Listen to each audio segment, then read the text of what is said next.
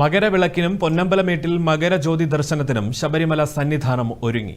വൈകിട്ട് 5-ന് നട തുറക്കും. 5:15 തിരുവാഭരണം വഹിച്ചുകൊണ്ടുള്ള ഘോഷയാത്ര ശരംകുത്തിയിലെത്തും.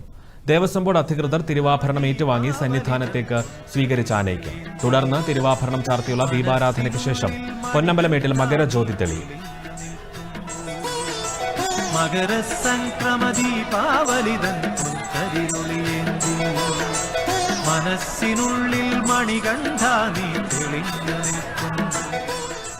കൂടുതൽ വിവരങ്ങളുമായി സന്നിധാനത്ത് നിന്നും ശ്രീകുമാർ ചേരുന്നു.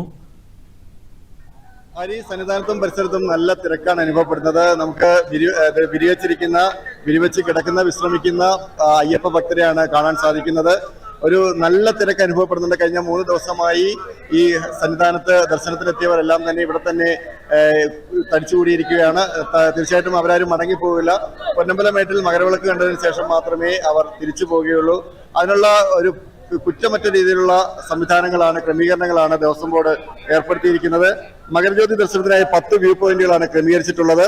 പാണ്ടിത്താവളം വാട്ടർ ടാങ്കിന് മുൻവശം, മരാമത്ത് കോംപ്ലക്സിന് മുൻവശത്തെ തട്ടുകൾ, BSNL ഓഫീസിന് വടക്ക് ഭാഗം, കൊപ്രാക്കളം സന്നിധാനം, തിരുമുറ്റം മുകൾ ഭാഗവും താഴെയും, മാളികപ്പുറം ക്ഷേത്ര പരിസരം, അപ്പാച്ചിമേട് അന്നദാന മണ്ഡപത്തിന് മുൻവശം, ഇൻസിനേറ്റർ മുൻവശം തുടങ്ങിയവയാണ് വ്യൂ പോയിന്റുകൾ. ഈ വ്യൂ പോയിന്റുകളിലെല്ലാം കൃത്യമായി ഈ തമ്പടിക്കുന്ന, അതായത് ഈ വ്യൂ പോയിന്റുകളിലൊക്കെ ഈ തമ്പടിക്കുന്ന ഭക്തരുടെ സുരക്ഷ ഉറപ്പാക്കുന്ന എല്ലാ നടപടിക്രമങ്ങളും പൂർത്തിയാക്കിയിട്ടുണ്ട്. അതോടൊപ്പം തന്നെ ഇന്നും സൗജന്യ ഭക്ഷണവും ഉറപ്പാക്കിയിട്ടുണ്ട്. മറ്റൊന്ന് ബിസ്ക്കറ്റും ചൂടുവെള്ളവും ഇവർക്ക് ഉറപ്പാക്കിയിട്ടുണ്ട്. 66 പോയിന്റുകളാണ് ചുക്കുവെള്ളത്തിനായിട്ട് സജ്ജീകരിച്ചിട്ടുള്ളത്. എന്തായാലും എല്ലാ ക്രമീകരണങ്ങളും പൂർത്തിയാക്കി കഴിഞ്ഞിരിക്കുകയാണ്. രാവിലെ മകരസംക്രമ പൂജയ്ക്ക് ശേഷം നല്ല തിരക്കാണ് അനുഭവപ്പെടുന്നത്. ഉച്ചയ്ക്ക് സാധാരണ ഉച്ചപൂജയ്ക്ക് ശേഷം 1 മണിക്ക് നടയടയ്ക്കും. വീണ്ടും 5 മണിക്കാണ് നട തുറക്കുക. 5 മണിക്ക് നട തുറന്നതിന് ശേഷം ശരംകുത്തിയിൽ 5:15 ശരംകുത്തിയിൽ വെച്ച് തിരുവാഭരണ ഘോഷയാത്രയെ ദേവസ്വം ബോർഡ് അധികൃതർ ചേർന്ന് സ്വീകരിച്ച് കൊടിമര ചുവട്ടിലേക്ക് കൊണ്ടുവരും.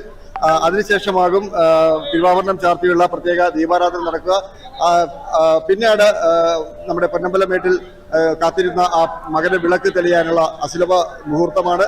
അതിനുവേണ്ടിയിട്ടാണ് ഈ ഭക്തലക്ഷങ്ങൾ ഇവിടെ തടിച്ചുകൂടിയിരിക്കുന്നത്.